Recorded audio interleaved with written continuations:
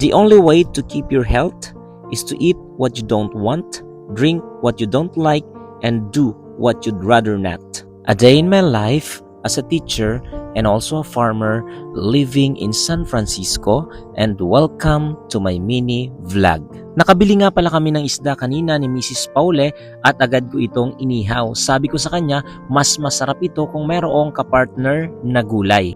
Sakto naman na mayroon pa kaming tirang kalahating kalabasa at 2 tali ng sitaw, agad ko na itong ipinahimay sa aking mga kapatid at ito ay aking ginisa. Konting kaalaman po muna tayo, ang pagkain ng gulay ay nakatutulong sa pag-iwas sa vitamin A deficiency disorder na isa sa mga laganap na uri ng malnutrisyon sa Pilipinas.